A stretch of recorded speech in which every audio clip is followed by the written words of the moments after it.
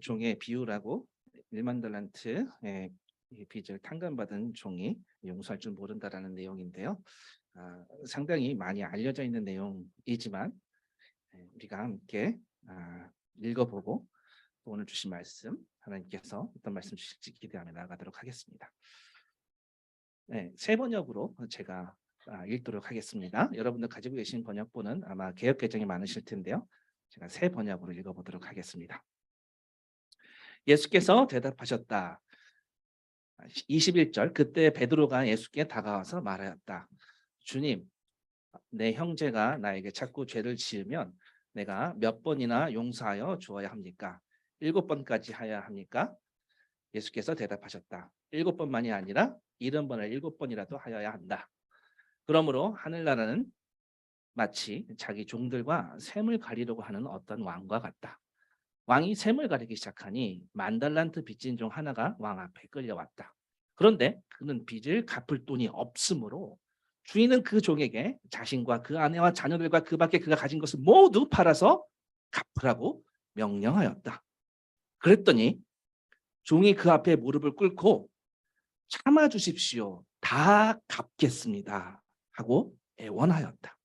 주인은 그 종을 가엾게 여겨서 그를 놓아주고 빚을 없애주었다. 그러나 그 종은 나가서 자기에게 100데나리온 빚진 동료 하나를 만나자 붙들어서 멱살을 잡고 말하기를 내게 빚진 것을 갚아라 하였다. 그 동료는 엎드려 간청하였다. 참아주게 내가 갚겠네. 그러나 그는 들어주려 하지 않고 가서 그 동료를 감옥에 집어넣고 빚진 돈을 갚을 때까지 갇혀 있게 하였다. 다른 종들이 이 광경을 보고 매우 딱하게 여겨서 가서 주인에게 그 일을 다 일렀다. 그러자 주인이 그 종을 불러다 놓고 말하였다. 이 악한 종아, 내가 애원하기에 나는 너에게 그 빚을 다 없애주었다. 한 번 더 읽겠습니다. 이 악한 종아, 네가 애원하기에 나는 너에게 그 빚을 다 없애주었다. 내가 너를 불쌍히 여긴 것처럼 너도 내 동료를 불쌍히 여겼어야 할 것이 아니냐. 주인이 노하여 그를 형무소 관리에게 넘겨주고 빚진 것을 다 갚을 때까지 가두어 두게 하였다. 너희가 각각 진심으로 자기 형제 자매를 용서해 주지 않으면 나의 하늘 아버지께서도 너희에게 그와 같이 하실 것이다. 아멘. 네, 오늘 말씀은 굉장히 도전이 되는 말씀입니다. 어떤 면에서 도전이 되는 말씀이냐? 천국 백성의 라이프 스타일, 그러니까 삶의 방식에 대해서 이야기하고 있는데 이게 어지간하면은 우리의 그 정서와 그닥 맞지가 않아요. 오히려 우리의 정서를 거스르는 말씀들이기도 합니다. 우리의 마음에 원하는 바를 거스르고 하고 싶지 않은 일들을 주님께서 하게 만들고 또 하고 싶은 일들을 주님께서 꺾으시고 그럴 때 경험할 우리의 그 천국의 모습은 너무나 과격한 거 아닌가, 너무나 급진적인 거 아닌가라고 생각하게끔 만듭니다. 오늘 그 질문에 대해서 본문 말씀은 무엇이라고 답변하고 있는지 저와 함께 살펴보도록 하겠습니다. 자, 우리 지난주 설교 혹시 기억하시나요? 지난주 설교 기억하십니까? 네. 지난주 설교에서 각자 여러분들이 마음속에 뭐 헌신했던 것이랄지 내 마음 사로잡았던 것이 있었다면 어떤 것이었습니까? 지난주 설교 중에서 뭐 베드로의 신앙 고백, 뭐 천국의 열쇠, 어떤 게 여러분들 마음에 깊이 사로잡혀 있죠, 남아 있죠? 뭐 우리 앞뒤로 들었던 찬양 그저 상상할 뿐이지 뭐 이런 찬양도 우리가 같이 들었었고요. 바리새인과 사두개인의 누룩 그런 거 혹시 마음속에 남아 있나요? 혹은 내가 고장난지도 모르고 달려가는 인생이었다. 그렇지. 혹은 가나안 여인의 그 부스러기라도 바라는 그 믿음 큰 믿음이라고 했는데 어떤 부분이 여러분들에게는 가장 여러분들 가슴 깊이 새겨져 있는지 물어보고 싶습니다. 저는 그 무엇보다 그 베드로의 엉터리 고백에도 불구하고 그 다음에 그 엉터리 고백 위에 선포하시는 주님의 은혜였다. 그 주님의 은혜가 저의 마음을 사로잡았다. 이렇게 말씀드리고 싶습니다. 그 은혜가 얼마나 놀라운지 그냥 상상할 뿐이라고 함께 찬양으로 듣고 우리 공감했죠. 왜요? 사탄인 우리를 천국의 열쇠를 주시는 분이시라서 그 놀라운 은혜가 우리의 마음을 사로잡았다. 저는 그렇게 믿습니다. 저는 이것이 기독교 신앙이 다른 어떤 신앙과 구별되는 가장 독특한 특징이라고 생각합니다. 무엇입니까? 은혜. 기독교의 은혜. 뭐 기독교는 무슨 부활 신앙이다, 뭐 십자가 신앙이다, 무슨 신앙이다 다 말할 수 있지만 그 중에서 가장 강력한 것은 바로 은혜인 것 같습니다. 여러분도 동의하시지 않나요? 네. 은혜가 무엇인가요? 여러분들한테 은혜가 무엇입니까? 네. 특별히 기독교에서는요, 은혜는 하나님께서 받을 자격이 없는 사람들에게 베푸시는 사랑과 은혜, 사랑과 호의를 바로 은혜라고 합니다. 은혜는요, 우리가 정말 하나님 앞에 죄인된 자로서 하나님께 나아갈 수 없는데 하나님께서 우리에게 기꺼이 베푸시는 사랑과 자비를 말합니다. 그래서 은혜는 기독교의 핵심입니다. 그러니까 기독교인들은 모든 것이 은혜라고 고백을 하지요. 여러분들 그 손경민 목사님의 은혜라는 찬양 아시죠? 거기에 나오는 가사가 이런 게 있습니다. 내가 누려왔던 모든 것들이, 내가 지나왔던 모든 시간이, 내가 걸어왔던 모든 순간이 당연한 것 아니라 은혜였어. 제가 아름답게 불러드리고 싶습니다만 은혜가 안 될 것 같아서 가사만 드리도록 하겠습니다. 모든 것이 은혜, 은혜, 은혜, 한없는 은혜. 내 삶에 당연한 건 하나도 없었던 것을 모든 것이 은혜, 은혜였어. 이런 찬양입니다. 또 2절에는 내가 하나님의 자녀로 살며 오늘 찬양하고 예배하는 삶. 복음을 전할 수 있는 축복이 당연한 것 아니라 은혜였어. 모든 것이 은혜, 은혜, 은혜, 한없는 은혜. 내 삶에 당연한 거 하나도 없었던 것을 모든 것이 은혜, 은혜였어. 모든 것이 은혜, 은혜였어. 맞습니다. 우리의 신앙을 한마디로 표현하라고 하면 하나님의 은혜입니다. 그럼 우리의 은혜는 무엇 때문에 우리가 구체적으로 은혜라고 느끼는 걸까요?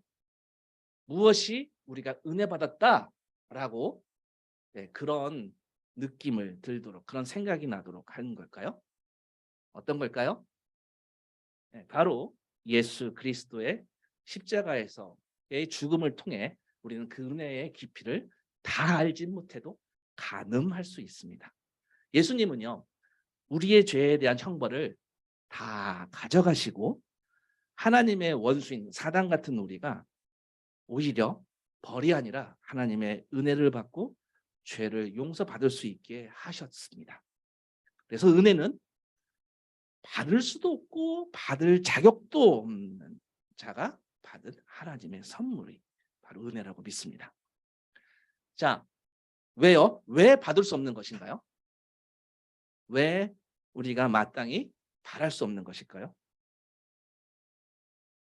성경은요, 여러분들이 조금 어려울 수 있지만 하나님께서 우리에게 부어주시는 은혜는 우리 스스로가 따낼 수 있는 것이 아니다라고 이야기하고 있어요.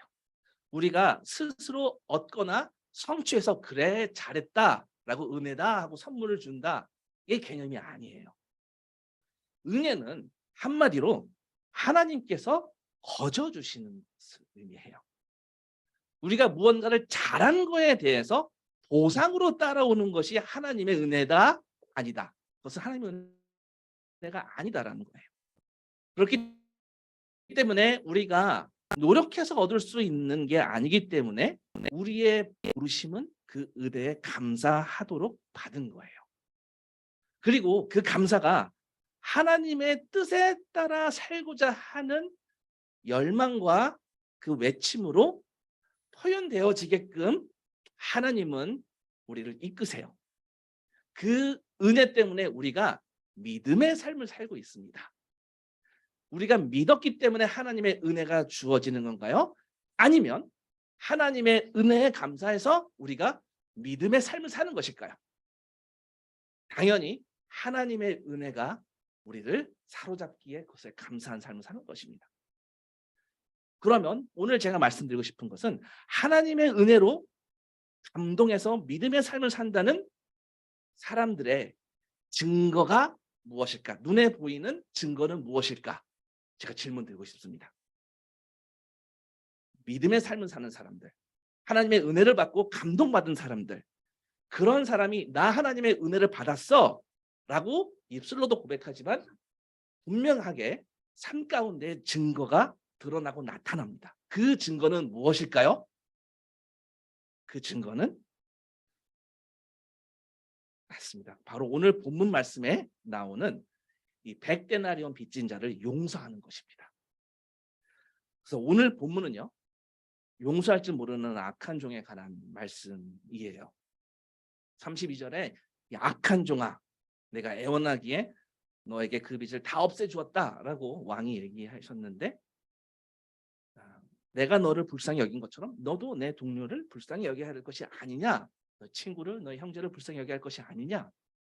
그 불쌍히 여기지 않았을 때 그 종의 호칭은 악한 종이 되었습니다. 오늘 우리가 말씀 가운데 이 악한 종이 되는 길을 가지 않길 바라는 마음으로 말씀을 들으셨으면 좋겠습니다. 지난 시간에 우리가 경험하는 하나님의 경험할 수 있는, 사실은 경험할 수가 없죠. 상상 불가능한 하나님의 은혜죠. 그 은혜의 사이즈를 우리 10,000달란트라고 한번 가정을 할게요. 그 10,000달란트의 은혜를 경험한 자가 바로 사랑과 용서를 내 주변에 베푸는 것은 마땅하다, 이런 말씀이십니다. 그렇지만 중요한 점은요, 이런 사랑과 용서의 삶을 행하지 않는다면 본문에서는 그런 사람들을 향해 뭐라고 한다고요? 어떤 사람이라고요? 악한 종이라고요. 악한 종입니다. 저는 이 말씀부터 일단은 악한 종이구나라고 제가 인정하고 시작하게 되었습니다. 여러분도 그럴 거라고 믿고요. 베드로는 본인이 착한 종이라고 생각하고 질문을 해요. 자, 베드로가 주님한테 뭐라고 질문하죠? 주님, 내 형제가 나에게 자꾸 죄를 짓는데 내가 몇 번 용서해야 되죠? 한 7번 용서하면 되겠죠? 라고 착한 척하면서 질문을 합니다. 착한 종처럼. 야, 베드로가 말한 7번이라는 숫자는 왜 7번이라고 베드로가 주님께 물었을까요? 왜냐하면 당시 유대인들에게 상상할 수 있는 가장 많은 횟수, 가장 극한의 횟수가 7번이에요. 특별히 7이라는 숫자는요, 완전하다는 것을 상징하는 숫자거든요. 그래서 7번 용서한다는 것은 베드로 딴에, 자기 딴에는 완전히 용서했다는 것을 표현하기 위해서 숫자 7을 쓴 거이지 않을까, 그렇게 생각합니다. 그런데 뜻밖의 주님은 뭐라고 하시죠? 7번 용서해야 합니까? 그랬더니 뜻밖에도 주님은 뭐라고 대답하시냐면 22절에 7번만이 아니라 70번을 7번이라도 해야 한다. 자, 우리 수학을 잘 하시는 분, 70 곱하기 7은 얼마일까요? 70 곱하기 7은 490. 오, 역시 우리 훌륭한 우리 자곡초등학교 학생이 있었습니다. 490번 용서 해야 된다라는 말씀이었습니다. 490번 용서할 수 있나요? 이거는 사실은 문자적으로 490번이지 이제 불가능한 숫자를 말씀하신 거예요. 자, 왜 주님은 이런 말씀하셨을까요? 아주 충격적인 말씀이었습니다. 자, 구약에서는 뭐라고 가르치죠? 눈에는 눈, 얘는 이, 이렇게 가르치죠. 한마디로 상대 행동에 상응하는 예, 이 마치 복수를 정당화하는 듯한 말씀이죠. 어쩌면 예수님은 이것과 정반대의 가르침을 말씀하셨어요. 사실 이 가르침이요, 우리의 정서를 너무나 거스르는 가르침이에요. 이게 그렇지 쉽게 동화가 되면서 마음이 확 열리나요? 아니면은 좀 너무하지 않나 그런 생각이 드시나요? 여러분들 참교육이라는 말 아시죠? 참교육. 참교육이 뭔가요? 네, 무슨 뜻이죠? 참교육. 요즘 뭐 최근 용어긴 한데요. 참교육 그럽니다. 대부분 참교육은요, 응징을 뜻해요. 네, 응징을 뜻합니다. 자, 여러분들 학폭에 대한 참교육은 뭔가요? 학폭에 대한 참교육. 네, 거기에 한 예시가 더 글로리라는 그 드라마에 나옵니다. 그 드라마에 나오는 이 송혜교의 응징은요, 모든 사람들의 마음을 통쾌하게 만들어요. 그러니까 송혜교의 공격은 통쾌와 일종의 쾌감까지 선사합니다. 왜 그렇죠? 왜 그렇죠? 왜냐하면 응징이 마땅하다라고 느끼는 게 그게 우리 정서예요. 마땅하다. 저지른 게 있으면 당연히 벌을 받아야 된다. 이게 마땅한 정서입니다. 그렇기 때문에 오늘 예수님의 가르침은요, 우리의 정서를 뒤흔드는 아주 충격적인 내용이에요. 얼만큼 충격적이냐면 완전히 전복된 가르침이에요. 그래서 upside down 킹덤이라고 합니다. 위와 아래가 전복된 upside down 킹덤. 왜요? 우리는요, 누군가가 민폐 끼치는 어떤 다른 누군가의 작은 행동에도 참교육을 얘기하는 사람들이거든요. 예를 들어서 내가 일방통행으로 주행하고 있습니다. 근데 어떤 사람이 막 역주행으로 막 다가오고 있어요. 근데 이 사람이 적반하장으로 길을 안 비켜준다. 그럼 어떻게 하실까요? 차 빼라고 빵빵 하고 하겠죠? 사실 제 얘기예요. 네, 이게 당연하다라고 느낍니다. 이 마땅한 참교육을요, 주님은 마치 반대하시는 것 같은 가르침이어서 우리의 정서를 거스르는 거예요. 예수님은요, 70번을 7번이라도 용서하라라고 하셨는데 이거를 일컬어서 하늘나라의 모습, 천국 백성의 모습이라고 해요. 23절에 그렇게 나와 있어요. 그러므로 하늘나라는, 천국은 마치 자기 종들과 셈을 가리려고 하는 어떤 왕과 같다. 오늘 본문에 보면은요, 1만 달란트 빚진 종 하나가 왕 앞에 끌려 나옵니다. 여러분들 금 1달란트가 얼마일까요? 제가 지난번에 설교 중에 한번 얘기했던 것 같은데 금 1달란트는 쉽게 말해서 14년치의 월급이에요. 많게는 16년치 월급이라고 얘기하기도 합니다. 뭐 14년치, 뭐 15년치, 16년치 월급을 금 1달란트라고 합니다. 그러면 10,000달란트는 몇 년치 월급일까요? 또 수학 문제가 하나 나왔네요. 자, 14년치 일을 해야 되는 것이 1달란트라면 10,000달란트는 몇 년치 일을 해야 되는 거죠? 14만 년 혹은 많게는 16만 년까지 일을 해야 나오는 월급이 바로 10,000달란트입니다. 자, 얼마라고요? 연봉의 10배라고요? 연봉의 100배? 연봉의 1000배? 10,000배? 10만 배? 아니, 그냥 몇 천억 정도가 아니라 그냥 몇 천억에 몇백 배를 탕감받은 거예요. 한마디로 그 액수는요, 갚을 소망이 있다 없다? 없다. 불가능하다예요. 근데 그 불가능한 액수를 일시에 완전히 다 탕감받은 거예요. 27절 어떻게 해요? 주인이, 왕이 그 종을 가엾게 여겨서, 불쌍히 여겨서 그를 놓아주고 빚을 다 탕감시켜줬습니다. 이 말은 무슨 뜻입니까? 자격 없는 자에게 여전히 빚을 졌지만 하나님이 베풀어 주신 은혜를 상징하고 있습니다. 그것이 얼만큼 값진 은혜인지. 여러분들 빚을 다른 말로 하면 뭐냐면요, 죄예요. 빚을 다른 말로 하면.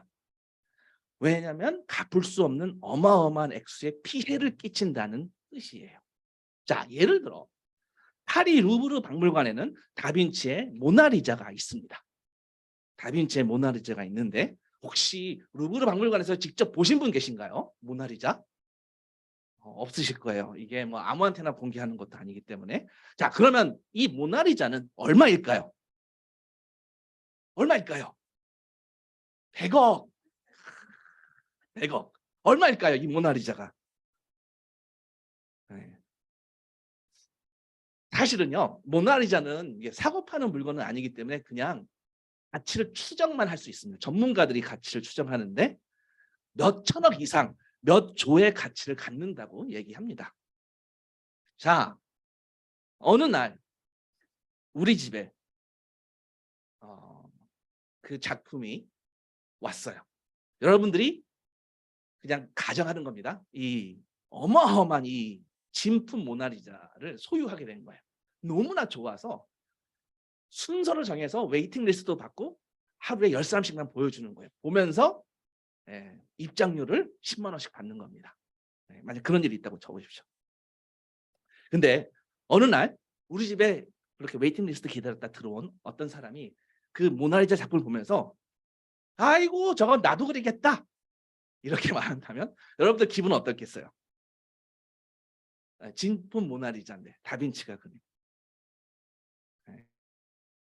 이 몇 조의 가치를 가지고 있는데 그냥 뭣도 모르는 사람이 와서 모나리자를 보면서 아이고 저 정도면 내가 잘 그리겠네. 그래서 사인펜을 꺼내서 막 눈썹을 그려주는 거예요. 눈썹이 없잖아요. 눈썹. 막 눈썹을 그리고 그러면서 막 눈썹도 그려주고 이거 목걸이도 하나 그려줘야겠네 하면서 목걸이도 막 모나리자를 막 그려주는 거예요. 이게 훨씬 더 낫지. 네, 그랬어요. 그럼 여러분들이 그 모나리자 주인이라면 어떻게 하실래요? 멱살을 잡아요. 멱살 잡는 것 갖고 되겠어요? 명작에다가 네? 역사적인 명작에다가 막 사인펜으로 막 덧칠한 거예요. 그럼 더 이상 이 명작의 가치는 몇 조가 아니라 그냥 완전 낙서장으로 바뀐 거예요. 그냥 낙서장이에요. 그 낙서장 그림으로 전락하는 거죠. 이 사람한테 여러분 손해배상 청구를 한다면 얼마를 청구하시겠어요? 10만 원? 입장료 환불? 입장료 다시 내? 다시 나한테 반환해? 네. 뭐 100만 원? 1000만 원? 당연히 그 작품의 감정가대로 손해배상을 청구를 하겠죠. 그리고 법원에서 손해배상 판결을 정확히 감정가대로 해줬습니다. 그럼 이 그림 주인이 나한테 이 낙서를 한 이 사람은 얼마를 빚진 거죠? 감정가만큼. 이게 몇 조든 감정가만큼 빚진 거죠. 자, 성경에서 말하는 죄는요, 하나님의 가치를 낙서장 취급하고 아무것도 아닌 것처럼 취급하는 게 죄라고 말씀하시는 거예요. 그게 죄예요. 그걸 빚졌다라고 하는 거예요. 하나님을 마치 노바디 취급하고 신경도 안 쓰고 그 이름을 별거 아닌 이름으로 본다면 여러분 그 가치를 얼마큼 훼손하는 걸까요? 우리가 하나님의 가치를 돈으로 환산할 수 있을까요? 그 어떤 것으로도 환산할 수 없는 그 유일무이한 그분을 존중하지 않고 찬양하지 않고 영광 돌리지 않았다면 그게 빚이라는 거예요. 그분께 마땅히 드려야 될 감사, 찬양, 영광을 돌려드리지 않는다면 우리는 얼마큼의 빚을 진 건가요? 하나님의 가치를 훼손한 만큼이겠죠. 그 훼손한 정도가 무한한 훼손을 우리가 하나님께 저질렀다라고 이야기하고 있습니다. 그것이 갚을 수 없는 빚을 진 것입니다. 이런 우리를 갚을 수 없는 빚을 진 이 죄를 진 우리를 긍휼히 보시고 불쌍히 여기시고 그 빚을 탕감해 주셨다는 것은요, 바로 10,000달란트 빚진 것을 탕감해 주신 것에 빗대어서 표현하신 거예요. 이런 어마어마한 죄를 지은 우리를 단번에 십자가에서 용서하셨다라는 이야기가 10,000달란트를 탕감해 주셨다라는 말씀이에요. 그런데 이 엄청난 은혜를 받고 이 빚을 탕감받고 그 종은 어떻게 했습니까? 28절에 그러나 그 종은 나가서 자기에게 100데나리온 빚진 동료 하나를 만나자 붙들어서 멱살을 잡고 말하기를 빚진 것을 갚아라. 성경은요, 이 사람의 모습이 우리의 모습이라고 고발하고 있습니다. 아무리 나한테 많은 피해를 끼쳤다 해도 하나님이 당하신 그 무시와 그 대우에 비하면 세 발의 피라는 것입니다. 그런 대우를 다 받으시고 심지어 십자가에서 피를 흘리시고 나를 용서해 주시고 자신의 생명을 들어 은혜를 베푸신 주님의 은혜를 모르는 우리의 모습이 바로 이 악한 종의 모습입니다. 그렇기에 우리가 당한 피해가, 우리가 밟혀버린 자존심이 아무리 막대하더라도 주님이 나 때문에 겪으신 것에 비해선 아무것도 아니라는 것입니다. 우리는 어떻습니까? 좀이라도 자존심에 상처를 받으면 핏대를 세우고 참교육이 뭔지 보여준다. 그럽니다. 네, 참교육하는 게 맞아요. 누가 보더라도 응징하는 게 맞아요. 압니다. 거기에 상응하는 것을 되갚아 주는 게 너무나 합리적이죠. 그러나 여러분, 하나님은 우리를 사랑하실 때 합리적으로 사랑하셨습니까? 아니면 말도 안 되는 은혜를 베푸셨습니까? 만약에 하나님이 우리를 합리적으로 합당하게 대하신다면 과연 누가 하나님 앞에 떳떳이 설 수 있을까요? 우리의 모습은요, 지난주 베드로에게 하셨던 것처럼 사단아 내 뒤로 물러가라. 이것이 우리의 모습이었어요. 그런 우리에게 주님이 합리적으로 합당하게 대하신다면 과연 우리에게 어떤 일이 벌어질까요? 그럼에도 불구하고 이 모든 것을 덮으시고 주님은요, 10,000달란트 빚진 우리를 그 빚을 탕감해 주셨습니다. 우리의 삶을 보면요, 늘 나의 권한, 나의 영역, 나의 것을 쌓아가기에, 나의 성을 쌓기에 혈안이 되어 있고 나를 위해서 몰두합니다. 그게 나를 세우기 위해서 몰두합니다. 그럼 누가 하나님의 권한과 하나님의 영역과 하나님의 나라와 하나님의 뜻을 이루어가나요? 목사님. 네, 목사님도 그렇고요. 여러분도 그렇습니다. 네, 맞아요. 하나님은요, 우리의 삶의 목적을 하나님을 위해 우리를 지어주셨는데요, 우리는 왕이신 하나님 대신에 나를 그 왕의 자리에 올려놓고 그렇게 살아왔어요. 그것이 빚진 자의 삶입니다. 그런 빚을 진 우리에게 마땅한 것은 뭐예요? 형벌과 심판뿐인데 그 형벌과 심판을 마땅히 내가 당해야 될 그 심판을 십자가에서 우리 주님께서 홀로 다 당하셨습니다. 그런 은혜를 받은 우리가 다른 사람의 죄와 허물과 이런 것은 간과하지 못하고 정의감에 사로잡혀서, 그게 그냥 정의감인가요? 고장난 정의감에 사로잡혀 살고 있습니다. 자기 눈에 들보를 용서받고도 이웃의 눈에 티를 공격하고 고발하고 정죄하고, 그런 게 바로 악한 종인 우리들의 모습입니다. 주님은 어떻게 가르치시나요? 32절 33절에 주님은요, 이 악한 종아, 내가 애원하기에 나는 너에게 그 빚을 다 없애주었다. 내가 너를 불쌍하게 여긴 것처럼, 너도 내 동료를 불쌍히 여겼어야 할 것이 아니냐, 불쌍히 여김이 마땅하지 않냐, 이렇게 말씀하셨어요. 다시요. 참교육이 마땅하다고요? 아니면 불쌍히 여김이 마땅하다고요? 불쌍히 여김. 복수가 마땅하다고요? 아니면 불쌍히 여기는 게 마땅하다고요? 불쌍히. 응징이 마땅하다고요? 아니면 불쌍히 여기는 게 마땅하다고요? 네, 불쌍히 여기. 아니 목사님, 당연히 빚을 졌으면 빚을 갚아야죠. 당연히 피해 끼쳤건 반드시 갚아야죠. 네, 그럴 수 있습니다. 그래서 더 글로리 같은 게 인기가 있는 거예요. 그 공격의 쾌감을 느끼는 거예요. 그런 사람들에게 주님이 하시는 호칭이 뭐라고요? 약한 종아. 약한 종아. 주님이 진노하겠다라고 하십니다. 이런 게 드라마에서만 있는 것은 아닙니다. 여러분들 카톡에서도 인스타에서도 여러분들의 사회생활 가운데서도 가족 간에서도 이런 이 정죄와 이 참교육이 너무나 흔한 일입니다. 사실요, 우리의 이 정의감과 이 공정심은요, 아까 말씀드린 것처럼 고장난 정의감이고요, 고장난 공정심이에요. 자, 공평하다라고 할 때 여러분들 얼마만큼 해야 공평한 걸까요? 차라리 숫자로 10만 원 빚지면 10만 원 갚는 거는 숫자로 나와 있을 게 당연합니다. 그렇지만 우리가 피해를 주장할 때 정신적 피해를 주장하잖아요. 그렇죠? 정신적 피해가 얼마큼 피해다라고 수치를 정해줘야 가장 정확한 걸까요? 가해자 입장에서도 피해자 입장에서도. 항상요. 항상 모든 판결은요. 가해자든 피해자든 다 불만이에요. 피해자는 더 많은 정신적 보상이 필요하다고 하고 가해자는 너무 과한 벌임이다라고 이야기해요. 우리의 정의감은 고장났어요. 아무도 정확한 공평심을 갖고 있지 않습니다. 법원에서도 그걸 알기 때문에 몇 심까지 가죠? 3심. 사실 5심, 10심, 100심 이렇게 하더라도요. 피해에 딱 맞는 액수랄지 그 형량을 정할 수가 없어요. 하나님 말고는 그걸 정할 수가 없어요. 우린 그런 존재예요. 자, 그런 존재인데다가 훨씬 더 중요한 건 뭐냐면요. 우리가 상감받은 게 얼마인지 몰라요. 감각이 없어요. 사실 이 종은요. 주인한테 나가서 그러니까 왕한테 나가서 자기가 만달란트 빚을 다 갚겠다라고 이야기를 해요. 갚을 수 있다라고 생각을 한 거예요. 26절에 본인이 다 갚겠다고 해요.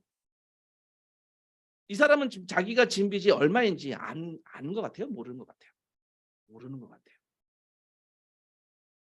자기가 갚을 수 있는 게 아닌데 그냥 무조건 무릎 꿇고 불쌍히 여겨달라고 해야 되는데 갚을 수 있다라고 생각하고 내가 다 갚으리이다 합니다. 바로 얼마큼 빚진지 몰라서 그래요. 내 죄가 얼마큼 무게감이 있는지 얼마큼 과중한지를 모르고 어리석게 살아가는 우리의 모습입니다. 사실은요.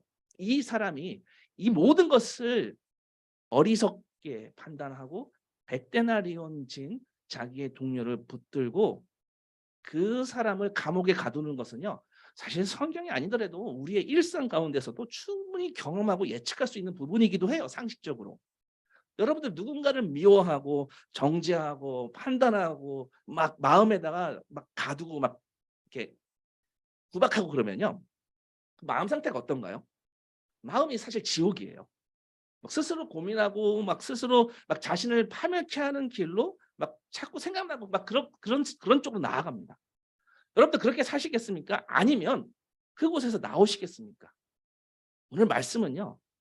바로 100데나리온 지은 자를 감옥에 가두지 말고 그 사람을 내 마음의 감옥에 가두지 말고 용서하고 진정한 자유의 삶을 살도록 촉구하시는 말씀입니다. 오늘 제가 기도 시간 갖겠다고 했는데요. 제가 한 목사님의 이야기를 여러분들과 나누고 좀 기도 시간을 갖도록 하겠습니다. 어떤 사람이냐면요. 정말 은혜에 사로잡힌 한 목사님입니다. 여러분들 어쩌면 들어보신 적 있으실 거예요. 손양원 목사님 아십니까? 손양원 목사님. 손양원 목사님에 대한 글을 사실은 기독교 내에서도 많이 회자되고 있지만 사실은 사회에서도 손양원 목사님의 이야기를 상당히 많이 합니다. 그래서 어떤 기독교 기자는 아니고요. 그냥 일반 신문 기자가 쓴 기사를 제가 하나 손양원 목사님에 대한 기사를 하나 읽어보도록 하겠습니다. 시작은 이렇게 시작합니다. 예수를 믿어? 그럼 어디 믿어서 잘 사나 보자. 사형에 처한다. 인민재판장에 울려 퍼진 한마디로 어린 두 학생은 총살당했다. 하지만 눈빛은 살아있었다. 죽음 앞에서 한치의 흔들림도 없었던 두 학생이었다. 이들의 죽음을 접한 아버지도 흔들림이 없었을까? 때는 1948년 매우 뜨거운 해였다. 대한민국은 광복 이후 좌익과 우익이 첨예하게 대립하는 형국에 빠져들며 유혈 사태가 잇따랐다. 전남 순천도 마찬가지였다. 같은 해 10월 여수와 순천 등지에 주둔하고 있던 군인들은 제주도 4.3 사건 출동을 거부하면서 반란을 일으켰다. 당시 순천에는 전국학생연맹에서 활동하고 있던 손동인, 송동신 형제가 있었다. 반란군 세력은 두 학생이 우익 성격을 띠는 단체에 소속됐다는 이유를 빌미로 둘을 체포하고 사형을 집행했다. 4일 뒤 가족들이 두 형제의 죽음을 알게 됐다. 온 가족은 대성통곡하면서 분노를 참지 못했다. 두 형제의 죽음을 반드시 복수하겠다고 이를 갈았다. 이후 정세가 뒤바뀌었다. 반란군이 진압됐고 국군 계엄사령부는 반론을 주도한 자들을 체포해 처단하기 시작했다. 이 과정에서 손동인, 손동신 형제를 체포, 살해한 범인인 안재선도 처벌을 받게 됐다. 사형을 면치 못하는 상황이었다. 두 형제의 아버지는 그를 만나고 싶다고 말하며 안재선을 찾아가 손을 잡았다. 그리고 말했다. 너의 과거의 죄는 기억 안 할 테니 하나님 앞에 잘못을 뉘우치고 예수 믿어 훌륭한 일꾼이 되어다오. 나의 죽은 두 아들이 할 일을 네가 대신하길 바란다. 그렇게 그는 자신의 친아들을 죽인 살인범을 양아들로 삼았다. 원수를 사랑하라는 손양원 목사의 이야기다. 손양원 목사는 원수인 안재선을 용서하고 사랑했다. 가족들과 마을 사람들은 모두 경악했지만 그는 아랑곳하지 않았다. 안재선은 감사함, 미안함, 죄송함 등 복잡한 감정을 느끼고 눈물을 펑펑 쏟을 뿐 아무 말도 하지 못했다. 사실 아무리 신앙심이 깊고 마음이 따뜻하고 너그럽다고 한들 친아들을 죽인 원수를 아무렇지도 않게 용서할 수 있을까? 손양원 목사도 힘들었다. 사랑하는 두 아들이 앉았던 식탁에 살인범을 앉히고 밥을 먹을 때 입안에는 밥이 아닌 모래알이 삼켜진 듯했다. 그 심정을 고백했다. 하지만 그는 결국 살인범을 용서했다. 안재선도 자신의 행동을 뉘우치고 진심으로 손양원 목사를 아버지로 따랐다. 그가 보여준 놀라운 행동으로 현재까지 진정한 종교인의 귀감으로 여겨지며 사랑의 원자탄이라는 별칭까지 생겨났다. 뿐만 아니라 전남 여수에 있는 애양원에서 평생 한센병 환자들을 위해 봉사활동을 했다. 1950년 9월 28일 한국전쟁 중 공산당원들에게 피살당하기 전까지 손양원 목사는 진정한 사랑과 희생을 몸소 보여줬다. 이 목사님, 이런 기사가 기독교 신문에 나오는 기사는 아니고 이 땅에서도 이런 사람의 존재를 존중하며 쓴 기사입니다. 여러분들, 이 사람은 이렇게 기사를 썼지만 어떻게 손양원 목사님이 양 아들로 삼을 수 있었을까요? 어떻게 가능했을까요? 사실은 베드로가 7번씩 70번 용서하라는 얘기를 들었을 때 그가 느낀 이 감정은요, 이게 얼마나 말도 안 되는 일인지, 이 감정은 바로 손양원 목사님이 양아들을 삼았었던 그 일과 빗댈 만큼 아주 심각하고 아주 급진적인 예수님의 가르침이었습니다. 그때 주님이 주실 수 있는 대답은 무엇입니까? 주님께서 뭐라고 답해 주실 것 같으세요? 어떻게 이게 가능할까요? 70번씩 7번 어떻게 가능할까요? 뭘까요? 답은 하나님의 은혜입니다. 그 하나님의 은혜를 기억하는 것입니다. 내 인생이 얼마나 하나님께 마땅히 드려야 할 것을 내가 취하고 살았는데 그럼에도 불구하고 나를 용서해 주시고 오히려 나 대신 예수를 죽게 만드신 그 갚을 수 없는 은혜의 빚진 자라는 것을 기억하는 것이 바로 70번에 7번씩 용서할 수 있는 바로 그 길입니다. 이런 은혜의 역사로 이루어진 이 손양원 목사님의 드라마는요, 최고의 용서 드라마입니다. 어떻게 목사님이 양아들로 원수를 양아들로 삼을 수 있었을까요? 그건 하나님의 은혜를 기억하기 때문에 그것을 알기에 가능한 것입니다. 여러분, 오늘 이 용서는요, 우리가 신앙의 상태가 좋았을 때 선택할 수 있는 부분은 아닙니다. 주님은요, 이걸 명령으로 우리에게 주셨어요. 18장 22절에 예수님께서 뭐라고 말씀하셨습니까? 7번만이 아니라 70번에 7번이라도 하여야 한다. 이렇게 해야 된다. 선택의 문제가 아닙니다. 명령입니다. 물론 가해자들로부터 당한 일을 쉽게 용서할 수 없습니다. 결코 쉽지 않습니다. 그래도 용서는 해야 합니다. 그것이 하나님의 명령이고 아들을 내어주신 주님의 말씀이십니다. 이게 업사이드 다운 킹덤입니다. 우리의 감정, 우리의 정서, 이 모든 것이 복수가 응징이 당연하다고 말하지만 하나님의 뜻은 반대입니다. 여러분들, 이 하나님의 뜻이 우리의 의지가 되도록 우리의 힘으로 안 되기 때문에 기도하십시오. 저는 오늘 이 시간 여러분과 함께 기도하기 원합니다. 이것이 우리가 선택할 수 있는 문제가 아닙니다. 여러분 마음속에 감옥에 가두고 아직도 용서해 주지 못한 사람이 있다면 오늘 우리 같이 용서했으면 좋겠습니다. 선택이 아닙니다. 우리 마음이 안 열려요. 압니다. 그래서 기도하는 겁니다. 주님, 제가 주님 마음 알아서 용서하게 해주십시오. 하나님의 뜻이 나의 의지가 되게 해주십시오. 저는 안 됩니다. 이렇게 우리 순종을 결심하는 그런 기도를 했으면 좋겠습니다.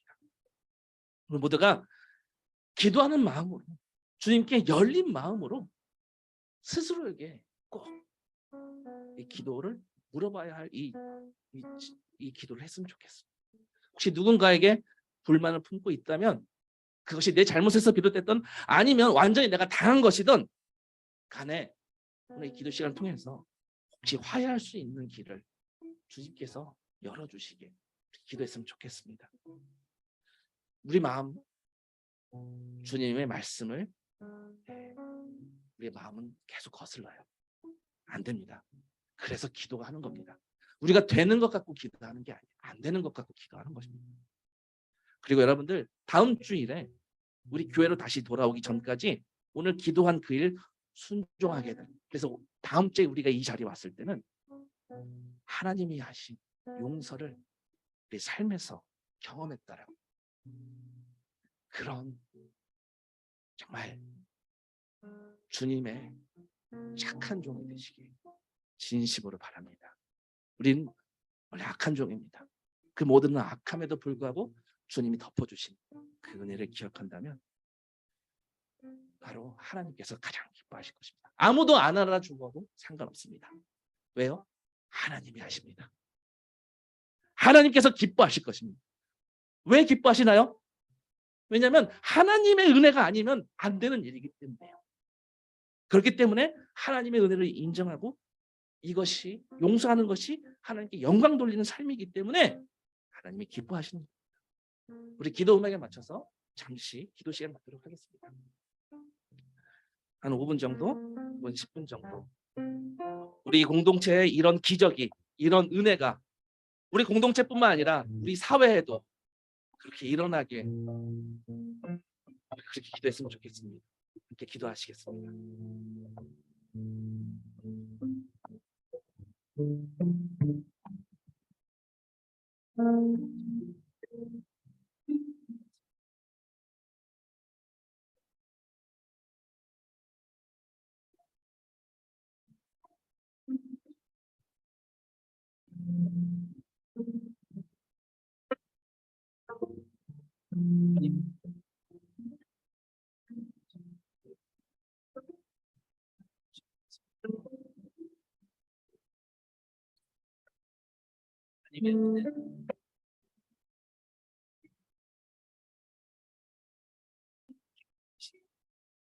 아무도 알아듣지 않아.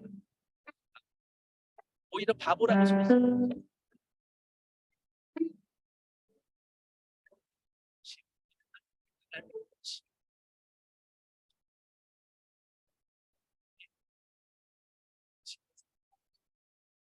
이것이 그래서 진짜 벌어지는 우리 같은 일이 아니라 하나님이 우리 안에서 역사하시는 일이 있어.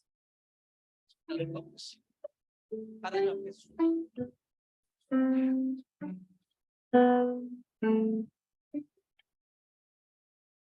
여러분들 기도 가운데 나는 그런 사람 없는데라고 생각하실 수도 있을 거예요. 그러면 여러분들이 사랑하는 사람한테 여러분들이 사랑하는 사람이 당했던 그 일까지도 같이 기도했으면 좋겠습니다. 내가 사랑하는 자녀가 당했던 일, 내가 사랑하는 나의 부모님이 당했던 일, 내가 사랑하는 친구가 당했던 일, 그 모든 것들도 함께 오늘 주님의 명령처럼 같이 기도하고 주님께 순종하는 시간 갖도록 하겠습니다.